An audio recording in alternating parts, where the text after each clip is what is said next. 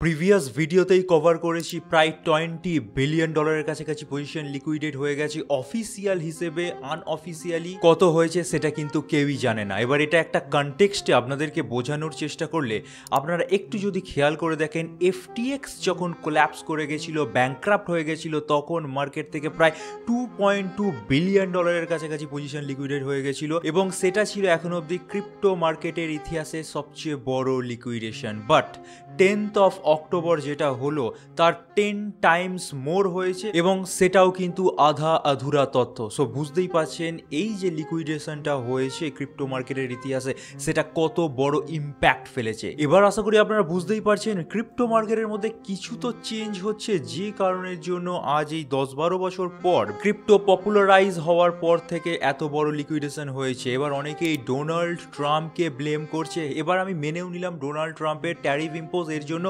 কিছুটা অংশে দায়ী, বাট সেটা 1.22 থেকে 1.17 অব্দি নামলো, মেনে নেওয়া যায়। আমি আরও ছেড়ে দিলাম 1.13 অব্দি নামলো, সেই অবধিও মেনে নেওয়া যায়। বাট $1,01,000 কাছাকাছি বিটকয়েনের প্রাইস টাচ করে গেছিল, অর্থাৎ এক ঝটকায় বিটকয়েনের মতো কয়েনের $20,000 কাছাকাছি plummet. And I refuse to blame it on Trump, ঠিক আছে? আর অল্ট কয়েনগুলোর অবস্থা তো বলার মতো নেই। সো এই ডাম্প থেকে আমরা যদি এখন অবধি কিছু শিখতে না পারি, আমাদের সবচেয়ে বড় ভুলটা হবে। তো চলুন আজকের ভিডিওতে আমি অ্যানালাইজ করার চেষ্টা করব যে কি কারণের জন্য বা কার জন্য এই এত বড় মার্কেটে পরিবর্তন হলো এবং অনেককে সর্বশান্ত করে দিল। So let's start the video. ভালো লাগলে অবশ্যই লাইক করতে ভুলবেন না, চ্যানেলটা নতুন তাই সাবস্ক্রাইব করে দেওয়ার পাশাপাশি বেল বাটনটা টিপে দিতে ভুলবেন না। আর আমাদের টেলিগ্রাম চ্যানেলে জয়েন হয়ে যাওয়ার পাশাপাশি আপনারা আমাদের কমেন্ট সেকশানে গুরুত্বপূর্ণ মতামত কিন্তু অবশ্যই জানান।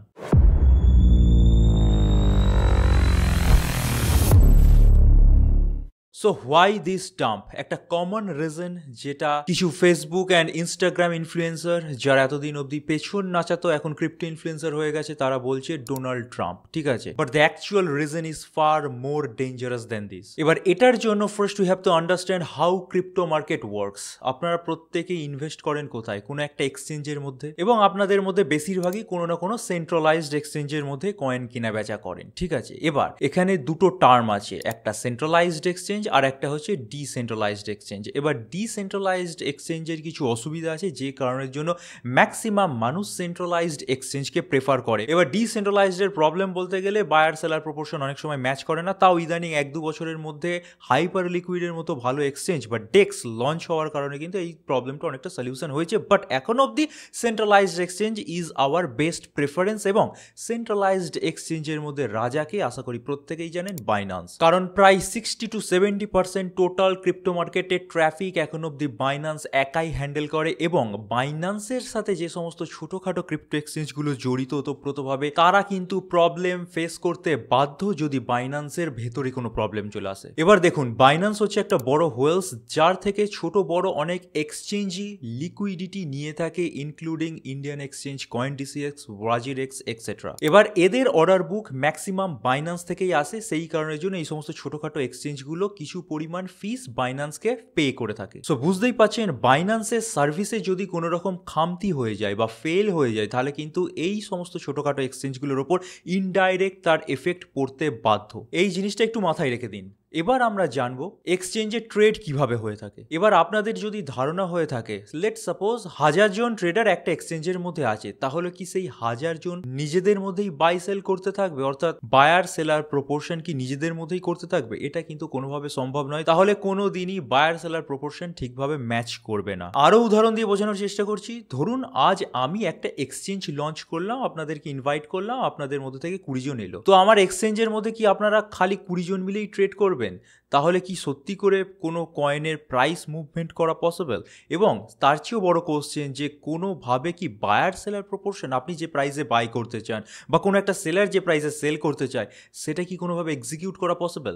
একদমই নয়। তো এখানেই আসে মেনলি মার্কেট মেকারদের কাজ। Now what is market maker? Market makers are mostly institutional clients যারা একটা অটোমেশন রান করায়, বেসিক্যালি একটা অ্যালগো রান করিয়ে প্রাইস স্প্রেড তৈরি করে। এবার প্রাইস স্প্রেড জিনিসটা কি, একদম পাতি উদাহরণ দিয়ে বোঝানোর চেষ্টা করছি। ধরুন বিটকয়েনের অ্যাট প্রেজেন্ট প্রাইস 1.10, অর্থাৎ $1,10,000। আমি কিন্তু ধরে নিতে বলেছি, ঠিক আছে? এবার এই মার্কেট মেকাররা কি করে, ঠিক 1:15 অবধি প্রতি $100 অন্তরালে একটা করে সেলিং অর্ডার লাগিয়ে দেয়, অ্যান্ড ভাইসি ভার্সা তলার দিকের কথা বললে 1:05 অবধি প্রতি $100 অন্তরালে একটা করে বাইং অর্ডার লাগিয়ে দেয়, যাতে করে কোনো কাস্টমার এলে তার যে বিডিং প্রাইস, অর্থাৎ আপনারা যে প্রাইসে কেনার চেষ্টা করছেন সেটাকে বেসিক্যালি বিডিং প্রাইস বলা হয়, বিড হয়, সেই বিডিং প্রাইস যেন ফুলফিল হয়ে যায়। এবং এই কারণের জন্যই দেখবেন সেন্ট্রালাইজড এক্সচেঞ্জের 99% আপনাদের যে বিডিং প্রাইস বা কেনার প্রাইস সেটা কিন্তু ফুলফিল হয়ে যায়। ডেক্সে কিন্তু এতদিন অবধি হতো না, ইদানিং হাইপার লিকুইডের মতো ভালো এক্সচেঞ্জ চলে আসার কারণে হচ্ছে। বাট এখনো ইউজার এক্সপিরিয়েন্স এবং স্মুথ ট্রেডিং করার বিচারে সেন্ট্রালাইজড এক্সচেঞ্জের কিন্তু এই মার্কেট মেকিং ফিচার্সটার কারণে কাস্টমাররা সেটাকেই বেশি প্রেফার করে। নাও এইরকমই একটা মার্কেট মেকার হচ্ছে উইন্টারমিউট। আশা করি আপনারা পেজটা ডেস্কটপে দেখতে পাচ্ছেন। এবার এটাকে কোনোভাবে আপনারা ছোটোখাটো একটা মার্কেট মেকার ভেবে নেবেন না, this is one of the biggest market maker in the world এবং বাইন্যান্সের মেন মার্কেট মেকারগুলোর মধ্যে একটা। তো 10th of October যখন আমরা ডাম্প দেখতে পাচ্ছি, ঠিক তার আগের মুহূর্তে আপনারা যদি এই স্ক্রিনশটটা দেখেন, দেখবেন উইন্টারমিউট বাইন্যান্সের মধ্যে প্রায় $700 মিলিয়ন কাছাকাছি পজিশন ইনজেক্ট করে।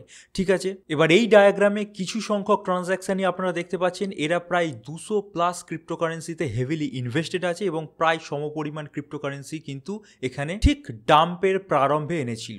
নট অনলি দ্যাট, হাইপার লিকুইডের মধ্যে আমরা দেখতে পাই একটা হোয়েল ঠিক ডাম্পের 30 মিনিট আগে $700 মিলিয়ন কাছাকাছি অ্যামাউন্ট নিয়ে শর্ট পজিশন ওপেন করে এবং এই অ্যামাউন্টটা অবশ্যই মার্কেট পড়তে আরম্ভ করেছে। এই অ্যামাউন্টটা আস্তে আস্তে অ্যাড অন করতে করতে $1 বিলিয়ন অবধি নিয়ে যায় এবং আধ ঘন্টার মধ্যে প্রায় 400 থেকে 600 মিলিয়ন কাছাকাছি প্রফিট জেনারেট করে দেয়। সো এইটুকুনি তো এতক্ষণে আপনাদের মাথায় ট্রিগার হয়ে গেছে যে অবশ্যই ইনসাইডার নিউজ ছিল, যে কারণের জন্য কিছু সংখ্যক মানুষ ব্যাপক ফায়দা লুটতে পেরেছে। এবার একটু যদি আপনারা মনে করে দেখেন, 10th of October যখন রাতের দিকে আমাদের এখানে ডাম্পটা শুরু হচ্ছে, তখন 1:22 থেকে প্রাইস প্রথমে 1:17 অবধি গেল। তারপর সেখানে কিন্তু কিছু সময় টিকে ছিল, অর্থাৎ কনসোলিডেট করছিল। তারপর কিন্তু হট করে সেই প্রাইসটা 1:13 থেকে 1:14 অবধি চলে যায় এবং সেটা কিন্তু আমরা টেলিগ্রামে আপডেট দিয়ে বলে দিয়েছিলাম যে 1:13,700 অর্থাৎ 1,13,700 কাছাকাছি একটা মেন সাপোর্ট আছে, সে অবধি নামতে পারে।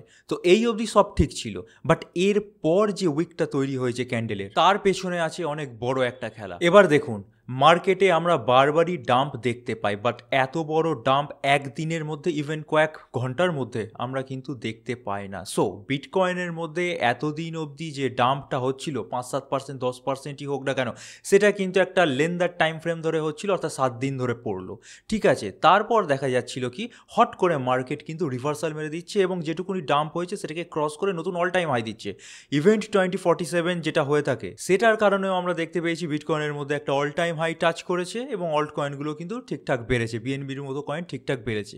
বাট তারপর হঠাৎ এমন কি হলো যে কারণের জন্য এত বড় একটা ফল হলো? এর পেছনে চলছে একটা সাইকোলজিক্যাল ক্যালকুলেশন। ঠিক আছে, দেখুন এই মার্কেটে অনেক বিগিনার্স আছে যাদেরকে আপনারা নুবও বলতে পারেন। ঠিক আছে, এদের টেন্ডেন্সি কি হয়ে গেছিল, মার্কেট তো বাড়ছে, আমরা লংয়ের দিকের পজিশন ওপেন করে বসে থাকবো, পড়লে কতখানি বা পড়ছে, আমাদেরকে লিকুইডেট করতে পারবে না। সো এই যে টেন্ডেন্সিটা তৈরি হয়েছিল অনেক দিন যাবত, কারণ বারবারই দেখছিলাম যেটুকুনি পড়ছে প্রায় কিছু দিনের মধ্যে বেড়ে কভার করে দিচ্ছে, তো এর কারণের জন্য মার্কেটে ওপেন ইন্টারেস্ট একদম সিলিং লেভেলে টাচ করে গেছিল এবং এটা আমরা আমাদের প্রতিটা ভিডিওতে কভার করেছি যে ওপেন ইন্টারেস্ট প্রতিদিনই বাড়ছে। এবার ওপেন ইন্টারেস্টের সাথে কিন্তু লিভারেজড লং পজিশনের ডাইরেক্টলি কানেকশন আছে। ওপেন ইন্টারেস্ট যত বেড়েছে, এর মানে মানুষ মার্কেট থেকে লোন নিয়ে বা ধার নিয়ে বা লিভারেজড পজিশন খুলেছে এবং লং এর দিকে ওপেন করেছে। এবার এই কারণের জন্য আমরা বারবার হিট ম্যাপে দেখিয়ে এসেছি তলার দিকে ব্যাপক পরিমাণে লিকুইডিটি চলে এসছে। আপনারা যদি এই হিট ম্যাপটা দেখেন, এটা কিন্তু 10th of October আগের হিট ম্যাপ এবং মেবি 7th কি 8th of October hit map. এবার এই যে 1 কাছাকাছি প্রাইস পড়েছিল, এর তলায় যদি দেখেন ব্যাপক পরিমাণ মার্কেটের লিকুইডিটি গ্র্যাবিং ফেজ আছে 1:12-1:13 অবধি। ঠিক আছে, তো মার্কেট মেকাররা 1:12-1:13 অবধি যে ফেলবে সেটা প্রায় কনফার্ম হয়ে গেছিল এবং সেই অবধি পড়েও ছিল। আসলে ব্যাপারটা এটাই হয় যে যতক্ষণ না মার্কেট মেকারদের হাতে অ্যামাউন্ট থাকছে বড়সড়, ততক্ষণ মার্কেটকে হিউজ আপসাইডে পাম্প করানো পসিবল হয় না। সো একদিক থেকে মার্কেট মেকাররা লিকুইডেশন গ্র্যাব করে পরবর্তীকালে মার্কেটকে পাম্প করবে। বাট এই 1:12 থেকে 1-এর কাছাকাছি চলে আসার যে খেলাটা, এখানেই কিন্তু মোড় ঘুরিয়ে দিয়েছে। এবার বোঝার চেষ্টা করি যে কেন হলো এটা। এখানে কিন্তু খুব একটা ইন্টারেস্টিং ব্যাপার আছে। ঠিক আছে, দুটো ধরনের পজিশন হয় আপনারা প্রত্যেকে জানেন ফিউচারের ক্ষেত্রে, এক হচ্ছে আইসোলেটেড, এক হচ্ছে ক্রস। তো 1/12 অবধি যখন চলে এসেছিল আইসোলেটেড পজিশনগুলো ম্যাক্সিমামই স্কোয়ার আপ হয়ে গেছে। এবার ছোট করে যদি বোঝানোর চেষ্টা করি, আপনারা ডায়াগ্রামেও দেখতে পাচ্ছেন আইসোলেটেড মানে ধরুন আপনি $100 দিয়ে একটা ট্রেড নিয়েছেন, তো একটা ট্রেডে যদি লস হয় তাহলে $100 বেশি কোনোভাবে লস আপনার হবে না। আর ক্রসের ক্ষেত্রে কি হয়, ধরুন সেই সেম $100 মার্জিন দিয়ে আপনারা 4-5টা ট্রেড ওপেন করেছেন, বাট দেখা গেল 4টে ট্রেড প্রফিট আছে, একটা লসে আছে। তো এক্সচেঞ্জ কি করবে, যেহেতু ক্রস সিলেক্ট করে রেখেছেন, প্রফিটেবল ট্রেড থেকে বা ফান্ডিং বা ফিউচার ওয়ালেট থেকে আপনার অ্যামাউন্টকে সেই লসের ট্রেডকে বাঁচানোর চেষ্টা করবে। এবার 1/12-1/14 কাছাকাছি যখন আইসোলেটেড পজিশনগুলো লিকুইডেট হয়ে গেছে, তখন সেই পজিশনগুলো গেছে মার্কেটে সেটেল হওয়ার জন্য। এবার কোনো পজিশন লিকুইডেট হলে মার্কেটে সেটেল হতে যায়, জানেনই তো আশা করি। এবং যেহেতু লং এর দিকের পজিশন ম্যাক্সিমাম ক্লোজ হয়েছে বা বন্ধ হয়ে গেছে, সেই কারণের জন্য বিটকয়েনকে as a settlement currency use করা হয়েছে। এবার এখানে বিটকয়েন এক্সাম্পল দিলাম। বিটকয়েনের ক্ষেত্রে বিটকয়েন আপনারা হ্যাড্ডা ব্যাড্ডা অনেক যে সমস্ত অল্ট কয়েনগুলো কিনে আছেন সেগুলো লিকুইডেট হয়ে গেলে সেই সমস্ত কারেন্সিগুলোকে কিন্তু সেল করতে হয়। এর ফলে কি হয়েছে, যেমনি মার্কেটে সেটেল হচ্ছে তেমনি কিন্তু প্রাইস একটু করে পড়ছে। এবার একটু করে যখন পড়ছে, ক্রসের দিকের পজিশনগুলো যেগুলো লসে চলে গেছে সেগুলোকে প্রফিটেবল ট্রেড থেকে অল্প অল্প অল্প অল্প করে অ্যামাউন্ট বা মার্জিন অ্যাড করতে করতে এমনই জায়গায় চলে এসেছে যে একটা ক্যাসকেডিং এফেক্ট তৈরি হয়েছে। একদিকে মার্কেট আইসোলেটেড পজিশনগুলোকে সেটেল করার জন্য পড়ছে, আর একদিকে ক্রসের দিকের পজিশনগুলো একে একে লিকুইডেট হওয়া আরম্ভ করেছে। সো বুঝতেই পারছেন, আইসোলেটেড পজিশনগুলো যদি আরও কিছু সময় টিকে যেত, লিকুইডেট না হতো, তাহলে কিন্তু এত বড় ফল আমরা দেখতে পেতাম না, কারণ পুরো একটা ক্যাসকেডিং এফেক্ট তৈরি হয়ে গেছে। আইসোলেটেড যে পজিশন যেগুলো ফিউচারে আপনারা কন্ট্রাক্ট হিসেবে বাই করেছেন, সেগুলো রিয়েল সেটেলমেন্টের যখন সময় আসে তখন অল্ট কয়েনগুলোর মধ্যে হ্যাড্ডা অনেক অল্ট কয়েন কিনে রাখেন, সেগুলোর মধ্যে ফল আসে। সেই ফলের কারণে ক্রসের দিকের পজিশনগুলো লিকুইডেট হয়ে যায় এবং সেই কারণের জন্য আস্তে আস্তে মার্কেটের মধ্যে এরকম একটা হিউজ ক্যান্ডেল তৈরি হয়ে যায়। এবার এটা যখন হচ্ছে, মার্কেট যখন পড়ছে, এই সময় কিছু মার্কেটে মহাজ্ঞানী প্রবেশ করে, মার্কেট মেকাররা মার্কেটকে মুভ করাচ্ছে। এই সময়ও কিছু মহাজ্ঞানী আছে এবং আপনাদের মধ্যেও কিছু থাকবে, আমি জানি, ঠিক আছে, যারা ভিডিওটা দেখছেন। এই সময় তারা শর্টিং পজিশন ওপেন করে। দেখা যাচ্ছে বিটকয়েন এক বা অল্ট কয়েনগুলো যতটা পড়া ছিল ঠপ করে টাচ করে ছম করে উঠে যায়, মোটামুটি মিড রাস্তা অবধি উঠে তো যাই, আপনারা প্রত্যেকেই জানেন, ঠিক আছে। সো যারা শর্ট করেছিল তারাও কিন্তু লিকুইডেট হয়ে যায়, যেহেতু ইমিডিয়েটলি বাউন্স ব্যাক করে। সো এখানে কিন্তু উভয় দিকের পজিশনই লিকুইডেট হয়েছে এবং কারা পকেটে পড়েছে, মার্কেট মেকাররা পকেটে পড়েছে, এবং উদাহরণ কি উইন্টার মিউটের মতো কিছু সংস্থা। এবার রুট কজ আশা করি বুঝে গেছেন, বাইন্যান্সের সাথে উইন্টার মিউটের একটা কানেকশন আছে এবং বাইন্যান্সের জন্যই মেন কিন্তু এই প্রবলেমটা হয়েছে। কারণ আরও কেন বাইন্যান্সকে ব্লেম করা হচ্ছে, বাইন্যান্সের মধ্যে যে সমস্ত কয়েনগুলো ফল হয়েছে, উদাহরণস্বরূপ অ্যাটম কয়েনকে ধরে নিন, এমন জায়গায় পড়েছে অন্যান্য এক্সচেঞ্জে কিন্তু অত বড় ফল হয়নি।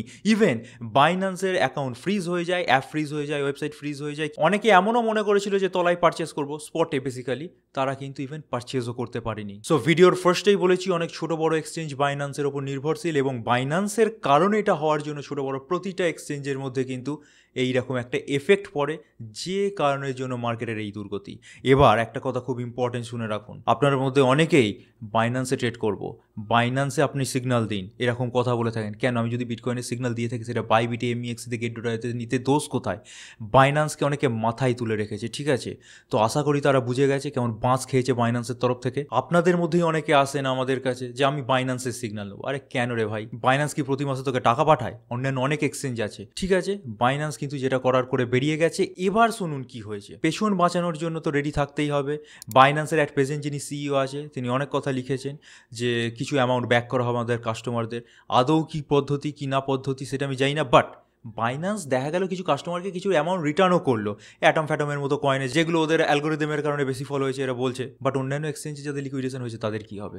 বাইন্যান্সের সহযোগী যে এক্সচেঞ্জগুলোর মধ্যে লিকুইডেশন এসেছে তাদের কি হবে? এ বাদেও জোকার, চ্যাম্পেং, জাও আবার এসেছে এবং টুইট করেছে যে যতই পড়ুক না কেন বিএনবি তো বাউন্স ব্যাক করছে, এবং বিএনবি আজকের দিন অল টাইম হাই দিচ্ছে। যদি চেক করেন আজকে 13th of October all time high দিচ্ছে। সো বাইন্যান্স নিজের কয়েনকে সেফগার্ড করেছে, আর দু একটা কয়েন বেঁচে গেছে, সোলানা, টিআরএক্স, বিটকয়েন, ইথেরিয়াম এরা বেঁচে গেছে। বাকি কয়েনগুলোর কি অবস্থা আপনি বুঝতেই পাচ্ছেন। বাইন্যান্স নিজের কয়েনকে সেফগার্ড করেছে, ইভেন আজকের ডেটেও এত পরিমাণ ক্র্যাশ হওয়ার পরেও পাম্প করাচ্ছে, এবং জোকার নিজে এসে বলছে বাইন্যান্স কয়েন হোল্ড করলে তো ভালো হতো, ডিফারেন্ট ভ্যালু সিস্টেম, বিএনবি কয়েনের নাকি হেভি ভ্যালু। তো বিএনবির মতো কয়েন কজন হোল্ড করে?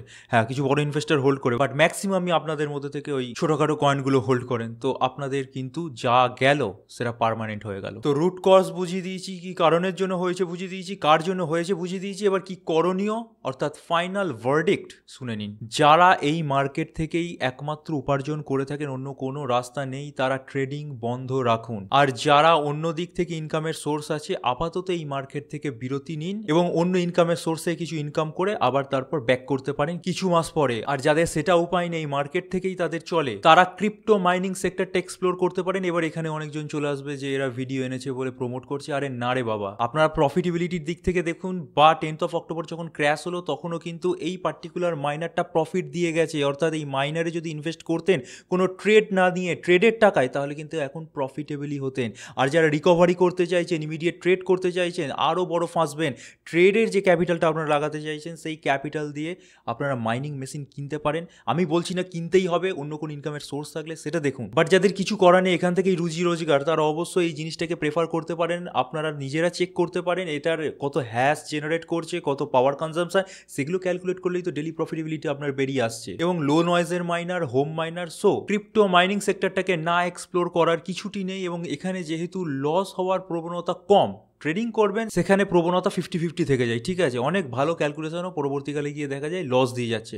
বাট এখানে আপনি একবার ক্যালকুলেট করে নিন, আজ থেকে 5 বছর অবধি, ইভেন তারপরেও এই মাইনারটা কিছু না কিছু হলেও প্রফিট জেনারেট করে দেবে। এবার এখানে আসছে একটা মেন ব্যাপার, এই মাইনারটার যার দাম এবং মার্কেটের যা পরিস্থিতি, অনেকেই অ্যাফোর্ড করতে পারছে না। তো তাদের জন্য আমরা একটা সুযোগ করে দিতে চলেছি, যেটা এতদিন অবধি আমাদের যারা সার্ভিসগুলো নিত, পিএমএস, পিসিএস, প্রিমিয়াম মেম্বার, তাদের জন্য ছিল যে এই মাইনারটার যা কস্ট আমি বলছি না এখানে, আমাদের সাথে কন্ট্যাক্ট করে নেবেন। নিচে ডিসক্রিপশন সেকশনে পিন কমেন্টে লিঙ্ক দেওয়া থাকবে, টেলিগ্রাম আর হোয়াটসঅ্যাপ লিঙ্ক, কন্ট্যাক্ট করে নেবেন। যত কম দামে পসিবল দেওয়ার চেষ্টা করবো। গোল্ড মাইন্সের সাথে সে বিষয়ে কথা হয়ে গেছে, ঠিক আছে। এ বাদেও যারা প্রিমিয়াম মেম্বার, যারা পিএমএস, পিসিএস নিয়ে থাকে, তাদের জন্য একটা ফেসিলিটি এনেছিলাম, 2/3 প্রাইস পে করুন। অর্থাৎ সাপোজ মাইনারটার দাম $1500, আমি বলছি না মাইনারটার দাম $1500, সাপোজ ধরে নিতে বলছি, তাহলে 2/3 প্রাইস পে করবেন, অর্থাৎ $1000 পে করবেন।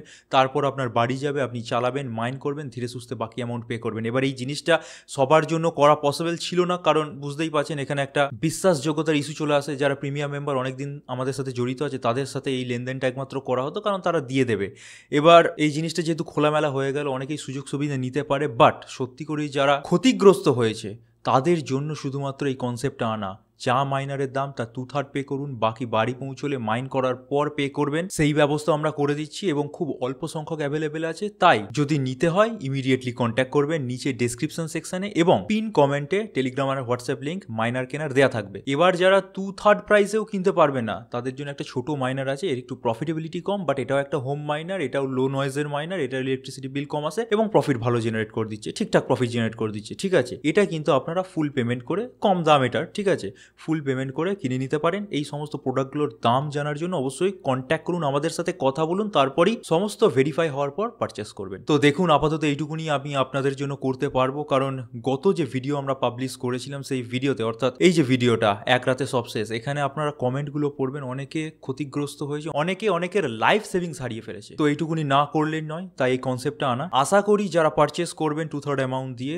তারা হাতে পাওয়ার পর, মাইন করার পর বাকি অ্যামাউন্টটা দিয়ে দেবেন। এইটুকুনি বিশ্বাসযোগ্যতা আপনাদের প্রতি আছে, তাই এই কনসেপ্টটা কিন্তু আনা। তা বাদে আমাদের মেইন চ্যানেল বং ক্রিপ্টোতে কিছুক্ষণ আগেই আজকে একটা ভিডিও পাবলিশ হয়েছে, 30 minute best crypto swing trading strategy. অর্থাৎ যারা ট্রেড করবেনই ভেবে নিয়েছেন, তারা এটা ফলো করতে পারেন। ভিডিওটা দেখুন, এখনই ফলো করতে যাবেন না, একটু মার্কেটটাকে ঠিক হতে দিন। 2 সপ্তাহ 3 সপ্তাহ পর থেকে এই স্ট্র্যাটেজি খাটিয়ে আপনারা কিন্তু একটা ঠিকঠাক রিকভারি করার চেষ্টা করতে পারেন। সো আজকের ভিডিওটা এখানেই শেষ করছি। অনেকটা ডিপলি বোঝানোর চেষ্টা করলাম মার্কেটে কি ধরনের পলিটিক্স চলে। আশা করি ইন ফিউচার আপনারা সাবধান থাকবেন এবং সিকিওর ভাবে ইনভেস্ট করবেন, কারণ আলটিমেটলি আপনার অ্যামাউন্ট আপনাকেই সেফগার্ড করতে হবে।